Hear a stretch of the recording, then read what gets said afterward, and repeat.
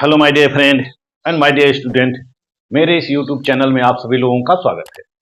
मैं आप लोगों को इसमें Indian national movement and Indian constitution पढ़ा रहा हूं।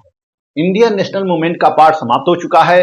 अब मैं इंडियन कॉन्स्टिट्यूशन शुरू कर रहा हूं और इंडियन कॉन्स्टिट्यूशन के इस क्रम में मैं आप लोगों को भारत का संवैधानिक विकास बता रहा था कि भारत में संवैधानिक विकास किस तरह से होता है और कब कब कौन कौन से अधिनियम बनते हैं।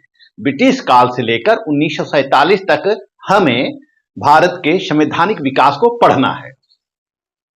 कॉन्स्टिट्यूशनल डेवलपमेंट ऑफ इंडिया और कॉन्स्टिट्यूशनल डेवलपमेंट ऑफ इंडिया के अंतर्गत पिछले वीडियो मैंने आप लोगों को 1773 का अधिनियम, 1781 का अधिनियम, 1784 का अधिनियम और 1793 का अधिनियम, 1813 का अधिनियम, 1833 का अधिनियम, 1853 का अधिनियम बताया था। 1853 तक मैंने पिछले वीडियो में आपको बता दिया था। विभिन्न अधिनियम जो ब्रिटिश संसद के द्वारा बनाए गए थे उन अधिनियमों पर मैंने संक्षिप्त प्रकाश डाला। इस वीडियो के अंतर्गत मैं आप लोगों को भारतीय शासन अधिनियम 1858 से अवगत कराऊंगा, भारतीय परिषद अधिनियम 1861 से अवगत कराऊंगा। तो आइए चलते हैं, जानते हैं भारतीय शासन अधिनियम 1858 है क्या। जैसा कि हम देखते हैं कि 1853 में एक एक्ट बनता है और इस एक्ट के तहत विभिन्न प्रकार के सुधार किए जाते हैं। यानी कि ब्रिटिश काल का, यानी कि ब्रिटिश ईस्ट इंडिया कंपनी के काल का यह अंतिम एक्ट होता है जो ब्रिटिश संसद के द्वारा बनाया जाता है। 1853 का अधिनियम यह अंतिम अधिनियम होता है और इसके पश्चात तो भारत की सत्ता ब्रिटिश सम्राट के हाथों में चली जाती है या ब्रिटिश साम्राज्य के हाथों में चली जाती है, क्योंकि 1857 की क्रांति हो जाती है। विभिन्न परिस्थितियां ऐसी होती हैं, उन परिस्थितियों को देखते हुए भारत में क्रांति हो जाती है, जिसको हम प्रथम स्वतंत्रता संग्राम कहते हैं। जो बोर्ड ऑफ डायरेक्टर होता है या बोर्ड ऑफ कंट्रोलर होता है, बोर्ड ऑफ कंट्रोल या बोर्ड ऑफ डायरेक्टर, ये इनके कार्यों में समन्वय नहीं हो पाया और परिणाम यह होता है कि जनता में व्यापक रूप से असंतोष फैल जाता है। ब्रिटिश ईस्ट इंडिया कंपनी के विरुद्ध व्यापक रूप से असंतोष फैल जाता है। और वहीं 1848 में जब लॉर्ड डलहौजी आता है तो लॉर्ड डलहौजी के शासन काल में और भी जनता असंतुष्ट हो जाती है। जितने राजा होते हैं सब असंतुष्ट हो जाते हैं, क्योंकि उसने एक नीति पारित की थी, क्योंकि उसने एक नीति बनाई थी, डॉक्ट्रिन ऑफ लेफ्ट, राज्य हड़प की नीति। इसके तहत जिन राजाओं के पास कोई संतान नहीं थी उनको गोद लेने का अधिकार नहीं दिया गया था। ब्रिटिश ईस्ट इंडिया कंपनी उनके राज्य को अपने राज्य में मिला लेती थी, ब्रिटिश प्रांत में मिला लेती थी। यानी कि दो प्रकार के राज्य उसमें थे, एक देसी रियासत थे और दूसरा ब्रिटिश प्रांत थे। तो ब्रिटिश प्रांत अपने साम्राज्यों का विस्तार करना चाहती थी। साम्राज्यों के विस्तार करने के लिए उसने यह हड़प नीति अपनाई थी। और इसी तरह से नागरिकों में असंतोष होता है, सैनिकों में असंतोष होता है, जनता में असंतोष होता है। तो सबने मिलकर फिर 1857 में क्रांति कर दिया, जिसको हम प्रथम विद्रोह, प्रथम स्वतंत्रता संग्राम या प्रथम विद्रोह के नाम से जानते हैं। यह संगठित प्रयास होता है। जब 1857 की क्रांति हो जाती है तब भारतीय जनता में यह मांग होने लगती है और साथ ही साथ अंग्रेजों में भी यह मांग होने लगती है कि ब्रिटिश ईस्ट इंडिया कंपनी के शासन को समाप्त किया जाए। और जब 1857-58 में यह मांग होने लगती है कि ब्रिटिश ईस्ट इंडिया कंपनी के शासन को समाप्त कर दिया जाए, उसमें ब्रिटेन के प्रधानमंत्री होते हैं लॉर्ड पामर्स्टन। तो लॉर्ड पामर्स्टन क्या करते हैं कि एक विधेयक लाते हैं ब्रिटिश ईस्ट इंडिया कंपनी को समाप्त करने के लिए, या ब्रिटिश ईस्ट इंडिया कंपनी के शासन को समाप्त करने के लिए एक विधेयक लाते हैं। लेकिन यह विधेयक जो होता है यह असफल हो जाता है। यह विधेयक लॉर्ड पामर्स्टन के द्वारा जो विधेयक प्रस्तुत किया जाता है, विधेयक यह असफल हो जाता है और परिणाम यह होता है कि इसके अलावा और ऐसे कुछ कारण होते हैं जिससे कि लॉर्ड पामर्स्टन की सरकार चली जाती है। लॉर्ड पामर्स्टन की सरकार चली जाती है। अब प्रधानमंत्री बनते हैं लॉर्ड डर्बी। अब ब्रिटेन के प्रधानमंत्री बनते हैं Lord derby. Lord derby Britain के प्रधानमंत्री होते हैं, प्रधानमंत्री होते हैं, ये बनते हैं। अब 1858 में लॉर्ड पामर्स्टन की सरकार चली जाती है, क्योंकि इनके द्वारा जो प्रस्तुत किया गया विधेयक होता है वह असफल हो जाता है और परिणाम यह होता है कि अब कॉमन सभा के बहुमत के द्वारा लॉर्ड डर्बी को प्रधानमंत्री बनाया जाता है। और लॉर्ड डर्बी फिर एक विधेयक लॉर्ड डर्बी भारतीय शासन को सुदृढ़ करने के लिए या भारत का प्रशासन अपने हाथों में लेने के लिए ब्रिटिश संसद के द्वारा प्रत्यक्ष रूप से नियंत्रण स्थापित करने के लिए या सम्राट के द्वारा प्रत्यक्ष रूप से नियंत्रण स्थापित करने के लिए एक अधिनियम बनाते हैं, act for the better government of India. यह अधिनियम क्या होता है? एक्ट फॉर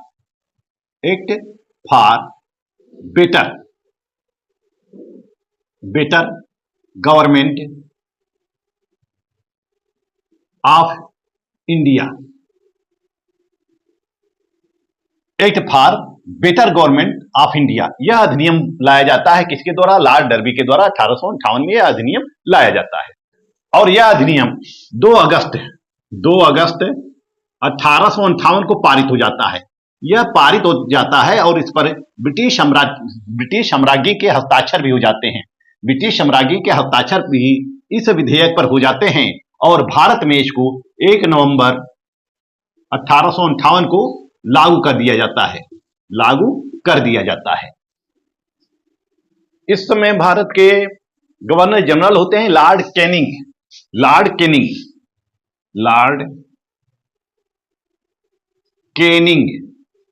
भारत के गवर्नर जनरल होते हैं।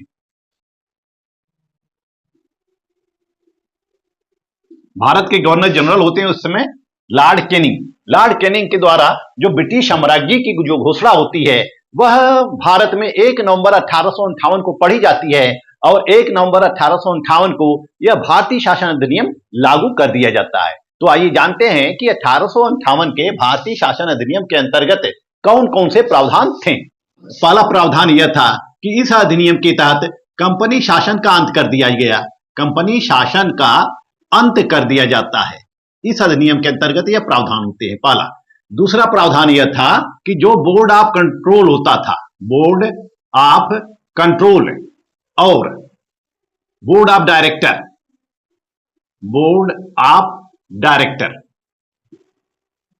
बोर्ड ऑफ कंट्रोल्स और बोर्ड ऑफ डायरेक्टर्स को समाप्त कर दिया गया। इनको समाप्त कर दिया गया।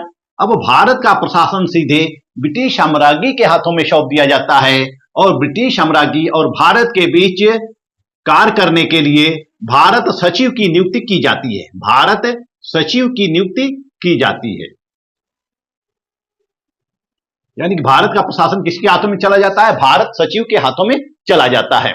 भारत सचिव जो होता है वह कैबिनेट स्तर का मंत्री होता है। सम्राट का या साम्राज्य का कैबिनेट स्तर का मंत्री होता है और यह कैबिनेट स्तर का जब मंत्री होता है तो यह ब्रिटिश सम्राट या ब्रिटिश ताज के माध्यम से यह भारत का प्रशासन करता है। ब्रिटिश ताज और गवर्नर जनरल के बीच की एक कड़ी होता है। यह ब्रिटिश ताज और भारत के गवर्नर जनरल के बीच एक कड़ी होता है। गवर्नर जनरल के माध्यम से सारी सूचनाओं को वह ब्रिटिश सम्राट तक पहुंचाता रहता है, ब्रिटिश ताज तक पहुंचाता रहता है।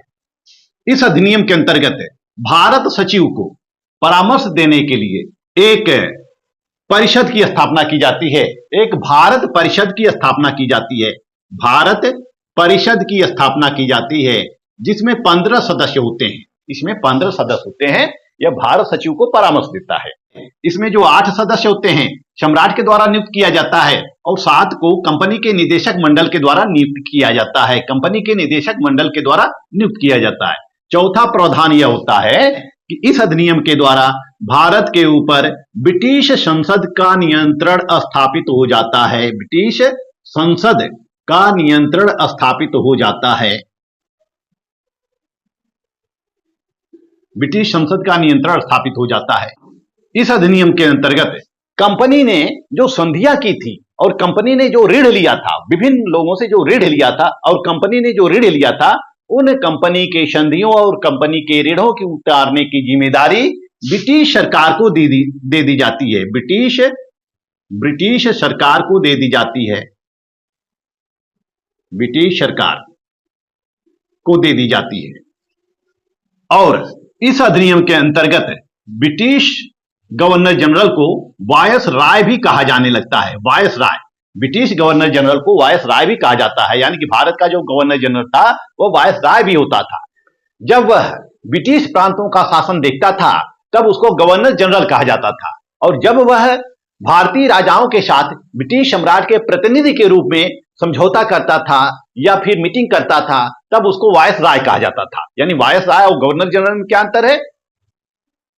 वायसराय और गवर्नर जनरल में क्या अंतर है? यह एक ही व्यक्ति होता था, गवर्नर जनरल ही वायसराय होता था। गवर्नर जनरल जब ब्रिटिश प्रांतों का प्रशासन करता था तब उसको गवर्नर जनरल कहा जाता था। जब वह भारतीय राजाओं से मुलाकात करता था या संधि करता था तो वह ब्रिटिश सम्राट के प्रतिनिधि के रूप में संधि करता था, और जब वह ब्रिटिश सरकार का प्रतिनिधि होता था तो उसको वायसराय कहा जाता था।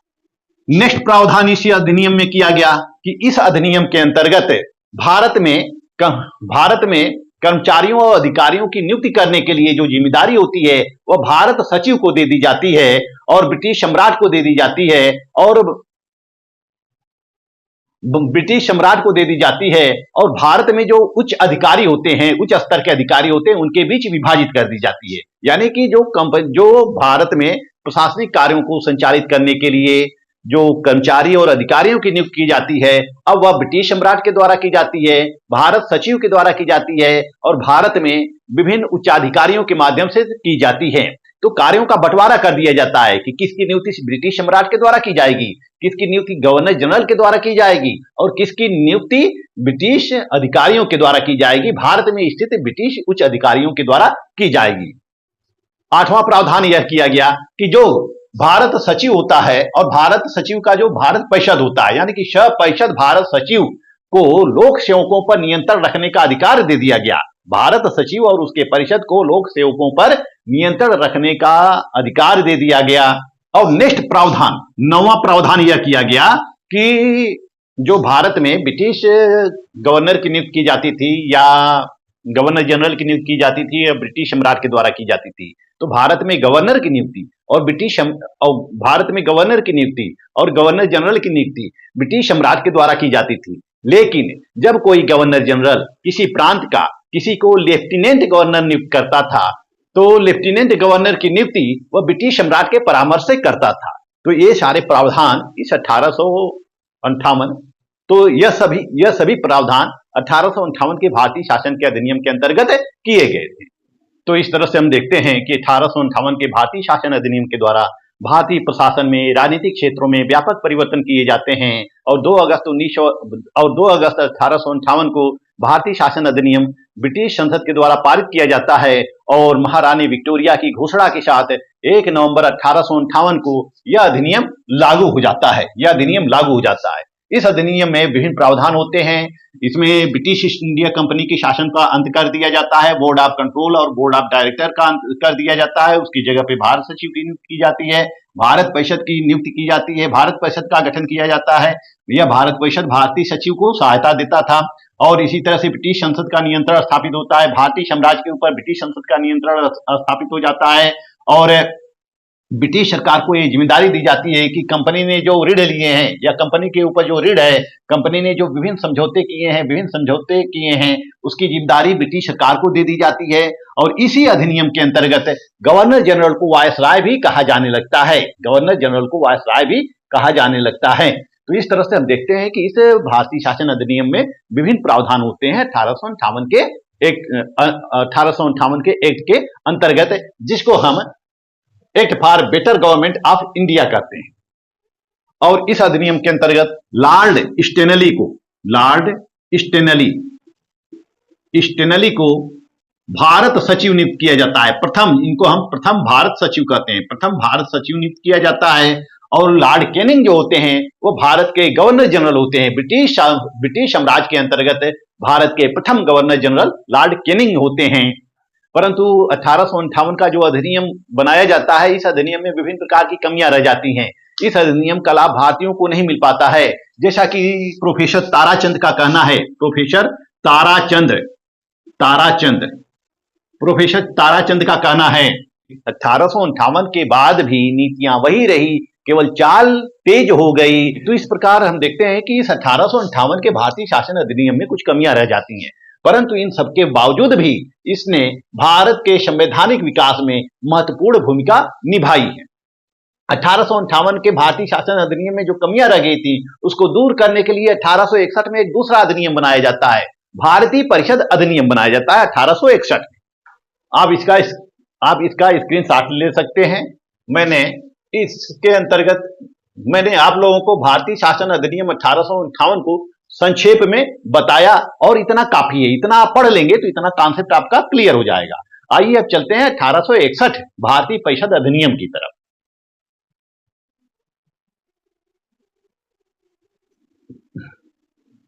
भारतीय शासन अधिनियम 1861। 1858 के भारतीय शासन अधिनियम में कुछ कमियां रह गई थी। उन कमियों को दूर करने के लिए और तत्कालीन समस्याओं को दूर करने के लिए तत्कालीन वायसराय या गवर्नर जनरल लॉर्ड कैनिंग ने अपनी कुछ सिफारिशों को भारत सचिव को भेजा।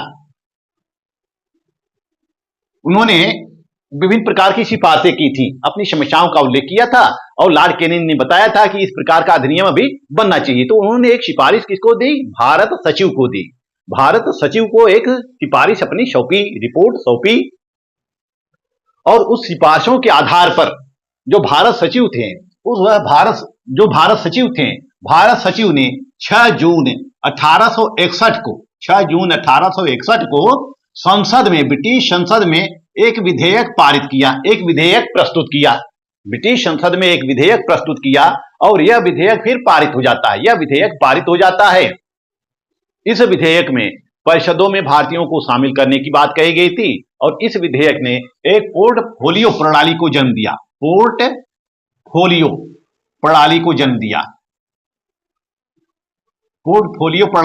दिया या इसको हम कहते हैं कैबिनेट शासन को जन्म दिया। भारत में कैबिनेट शासन को जन्म दिया और इसके अंतर्गत विभिन्न विभाग बनाए गए। उसमें 5 विभाग बनाए गए और 5 विभागों का प्रशासन जो 5 सदस्य होते थे, जो परिषद में गवर्नर जनरल की कार्यकारिणी में जो 5 सदस्य होते थे, उन 5 सदस्यों को 5 विभाग सौंपे गए। जिस तरह से हम देख सकते हैं कि एक प्रधानमंत्री होता है और उसके कैबिनेट होते हैं या मंत्री परिषद होती है। मंत्री परिषद को विभिन्न विभाग आवंटित किए जाते हैं। विभिन्न विभागों का प्रशासन मंत्री के द्वारा किया जाता है। इसी तरह से 1861 के भारतीय शासन अधिनियम में गवर्नर जनरल के अधीन जो कार्यकारिणी समिति होती थी, उसमें 5 मेंबर होते थे और उन 5 मेंबरों को विभिन्न प्रकार के प्रशासन दिए जाते हैं। आइए देखते हैं कि इस अधिनियम की क्या विशेषताएं थी, इस अधिनियम में क्या क्या था। पहला, इस अधिनियम के अंतर्गत गवर्नर जनरल को कुछ अधिकार दिए गए थे कि वह प्रांत का निर्माण कर सकते हैं, प्रांतों के नाम चेंज कर सकते हैं या फिर लेफ्टिनेंट गवर्नर को नियुक्त कर सकते हैं। तो कुछ अधिकार गवर्नर जनरल को दे दिए जाते हैं 1861 के भारतीय शासन अधिनियम के अंतर्गत। दूसरा प्रावधान यह किया जाता है, जो केंद्रीय कार्यकारिणी समिति होती है, गवर्नर जनरल की जो केंद्रीय कार्यकारिणी समिति होती है, उन समिति में सदस्यों की संख्या पहले 4 होती थी, तो 4 से बढ़ाकर 5 कर दी जाती है और जो ये 5वां सदस्य होता है, इसको विधिवेत्ता होना अनिवार्य कर दिया जाता है, कानून विशेषज्ञ होना अनिवार्य कर दिया जाता है। 5वें सदस्य की नियुक्ति की जाती है और ये जो 5वां सदस्य होता था वह विधिवेत्ता होता था। तीसरा प्रावधान यह किया जाता है कि गवर्नर जनरल की जो कार्यकारिणी होती है, उस कार्यकारिणी में कार्यों का विभाजन कर दिया जाता है कि किस सदस्य को कौन कौन से कार्य देखने हैं और 5 प्रकार के विभाग बनाए जाते हैं, जैसे गृह विभाग, दूसरा सैन्य विभाग, कानून, राजस्व और वित्त। ये 5 विभाग बनाए जाते हैं और इन 5 विभागों को 5 लोगों को सौंप दिया जाता है और हर जो मंत्री होता है या हर सदस्य होता है, वह अपने विभागों का प्रशासन करता है, अपने विभागों का अपनी इच्छानुसार शासन करता है और जो रिपोर्ट होती है वह गवर्नर जनरल को सौंप देता है। तो इस तरह से हम देखते हैं कि इसके तहत ही 1861 के भारतीय शासन अधिनियम के तहत ही पोर्टफोलियो प्रणाली की नींव पड़ी थी या कैबिनेट शासन की नींव पड़ी थी।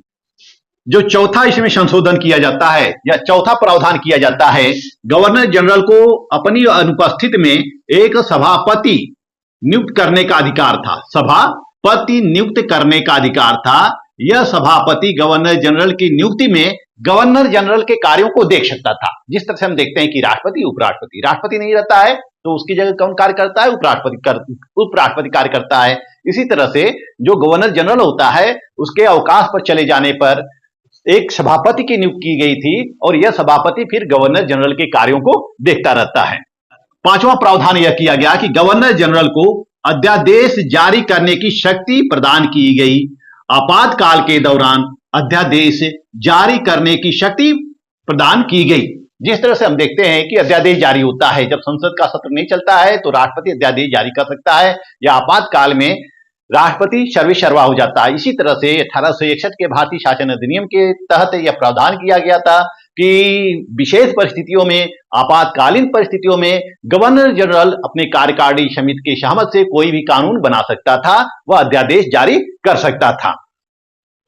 जो गवर्नर जनरल इस अधिनियम के तहत नेक्स्ट प्रावधान यह किया गया कि जो गवर्नर जनरल की विधान परिषद होती थी उस विधान परिषद के सदस्य संख्या में वृद्धि कर दी गई, जो कि 1861 का जो भारतीय परिषद अधिनियम या भारतीय शासन अधिनियम था, इसमें यह मांग थी कि भारतीयों को भी शामिल किया जाए, परिषदों में भारतीयों को भी शामिल किया जाए। तो भारतीयों की मांगों को सुनिश्चित करने के लिए, भारतीयों की मांगों को पूरा करने के लिए, और अंग्रेज भी यह समझते थे कि शासन में भारतीयों की भी भागीदारी होनी चाहिए।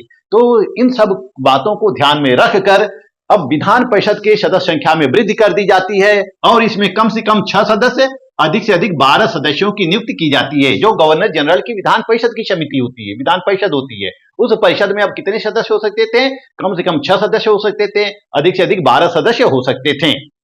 और नेक्स्ट प्रावधान यह किया गया कि अब वायसराय की कार्यकारिणी समिति में और विधान परिषद में गैर सरकारी सदस्यों की भी नियुक्ति की जाने लगी। गैर सरकारी सदस्यों की नियुक्ति की जाने लगी, यानी कि भारतीयों की भी नियुक्ति की जाने लगी। नेक्स्ट प्रावधान यह किया गया कि उत्तरी पश्चिमी सीमा प्रांत और पंजाब और बंगाल के लिए अलग विधान परिषद के गठन का प्रावधान किया गया, यानी कि उत्तरी पश्चिमी सीमा प्रांत और पंजाब और बंगाल के लिए अलग विधान परिषद के गठन का सुझाव दिया गया और 1861 के भारतीय शासन अधिनियम के अंतर्गत इन तीनों राज्यों में अलग विधान परिषद का गठन किया गया। नवा प्रावधान यह शामिल किया गया था कि जो राज्य सचिव होता था, या जिसको हम भारत मंत्री कहते हैं या भारत सचिव कहते हैं, जो राज्य सचिव होता था वह गवर्नर जनरल के परिषद द्वारा पारित किसी भी अधिनियम को, किसी भी नियम को भंग कर सकता था, किसी भी अधिनियम को समाप्त कर सकता था। यानी कि इस अधिनियम के अंतर्गत जो राज्य सचिव होता था या भारत मंत्री होता था, वह गवर्नर जनरल के परिषद द्वारा पारित किए गए किसी भी अधिनियम को समाप्त कर सकता था। 10वां प्रावधान यह किया गया कि यदि आवश्यक हो तो वायसराय अपने परिषद के फैसले को पलट सकता था या समाप्त कर सकता था। यानी कि यदि आवश्यक हो या आपातकाल हो तो वायसराय क्या करता था कि परिषद के फैसले को समाप्त कर सकता था। और 11वां प्रावधान यह किया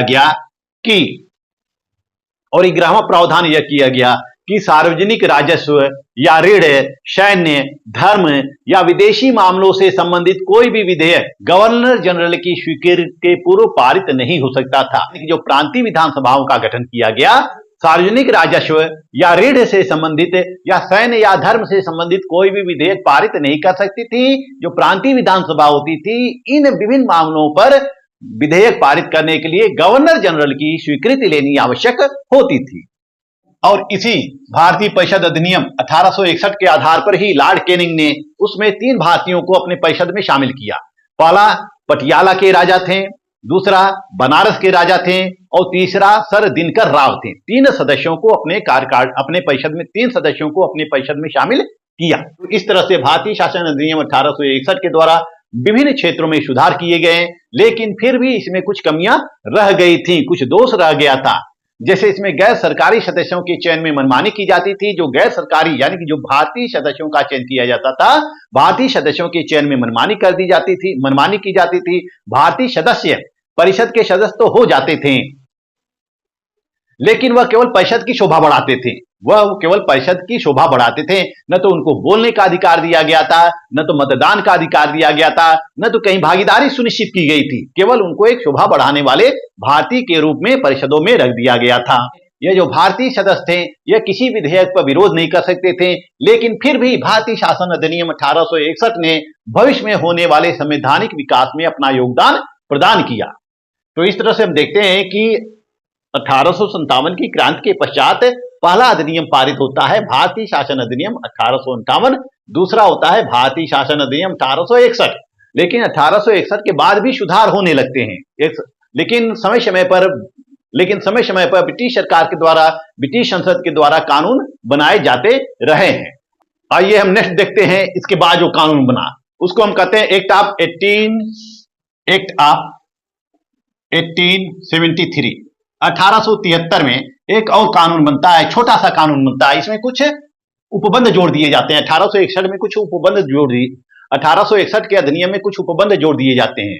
इस अधिनियम के द्वारा यह उपबंध किया गया कि ब्रिटिश ईस्ट इंडिया कंपनी को किसी समय भंग किया जा सकता है। 1873 के अधिनियम के द्वारा यह सुनिश्चित किया गया, यह निश्चय किया गया कि ब्रिटिश ईस्ट इंडिया कंपनी को कभी भी भंग किया जा सकता है। और इसी अधिनियम के अंतर्गत 1884 को ब्रिटिश ईस्ट इंडिया कंपनी को समाप्त कर दिया जाता है। ब्रिटिश ईस्ट इंडिया कंपनी को बिल्कुल समाप्त कर दिया जाता है। फिर 1876 में एक और अधिनियम बनता है। 1876 में एक और अधिनियम बनता है, वह अधिनियम होता है रॉयल टाइटिल एक्ट, शाही उपाधि अधिनियम, जिसको हम कहते हैं शाही उपाधि अधिनियम। शाही उपाधि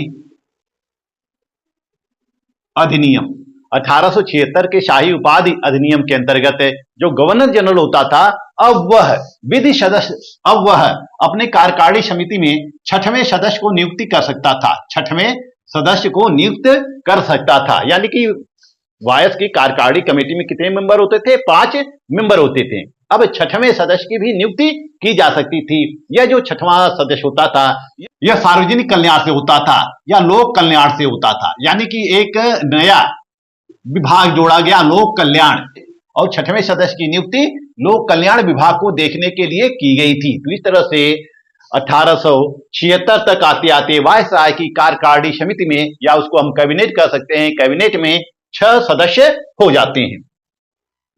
और 28 अप्रैल 1876 को महारानी विक्टोरिया को भारत की सम्राज्ञी घोषित किया जाता है। तो ये जो 1873 का एक्ट था, 1876 का एक्ट था, यह एक छोटा सा अधिनियम था। तो इस वीडियो में मैंने आप लोगों को भारतीय शासन अधिनियम 1858, भारतीय शासन अधिनियम 1861 पर संक्षेप में प्रकाश डाला, जितना आप लोगों को जानने के लिए आवश्यक था। यह जितना मैंने बताया यह आपके विभिन्न परीक्षाओं के लिए भी महत्वपूर्ण है और कंपटीशन के लिए भी महत्वपूर्ण है। यदि आप सभी लोग इस वीडियो को पढ़ लें तो ये सारे कॉन्सेप्ट क्लियर हो जाएंगे कि 1858 में क्या था, 1861 में क्या था। फिर 1873 के एक्ट को, फिर 1873 में एक्ट बना, फिर 1876 में रॉयल टाइटिल एक्ट या शाही उपाधि अधिनियम बनाया गया। इसके बाद 1892 का भारतीय परिषद अधिनियम बनाया जाता है। फिर 1935 का भारतीय शासन अधिनियम बनाया जाता है। तो 1892 को और उससे नेक्स्ट के अधिनियमों को मैं नेक्स्ट वीडियो में आपको बताऊंगा। यह वीडियो मेरा बीए के साथ साथ एमए के लिए भी है, एमए फर्स्ट सेमेस्टर के लिए भी है। मेरा यह वीडियो विभिन्न विश्वविद्यालयों के लिए है और सभी विश्वविद्यालयों के बीए और एमए की परीक्षाओं के लिए है। और विश्वविद्यालय परीक्षाओं के साथ साथ आप लोग इस वीडियो को पढ़कर कंपटीशन का भी एग्जाम दे सकते हैं, जानकारी ले सकते हैं। इस वीडियो में बस इतना ही। मेरा वीडियो आपको अच्छा लगे तो मेरे चैनल को लाइक, सब्सक्राइब और शेयर करते रहिए। मिलते हैं नेक्स्ट वीडियो में, तब तक के लिए धन्यवाद।